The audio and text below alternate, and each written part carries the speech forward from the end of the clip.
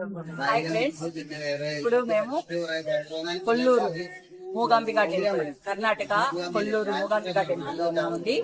ఇప్పుడే దర్శనం చేసుకుని వచ్చాము. అమ్మవారి దర్శనం ఎంతో బాగా జరిగింది. అమ్మవారు ఎంతో రమణీయంగా అందంగా చూడముచ్చటగా ఎంతో బాగున్నారు. అమ్మవారు ఒక రమణీయమైన ప్లేస్ లో చక్కగా కొలువున్నారు. అందరూ చూడదగిన ఒక టెంపుల్ అండి. చాలా ఆనందంగా ఉంది అమ్మవారిని దర్శించిన తర్వాత. సంతోషం. Thank you.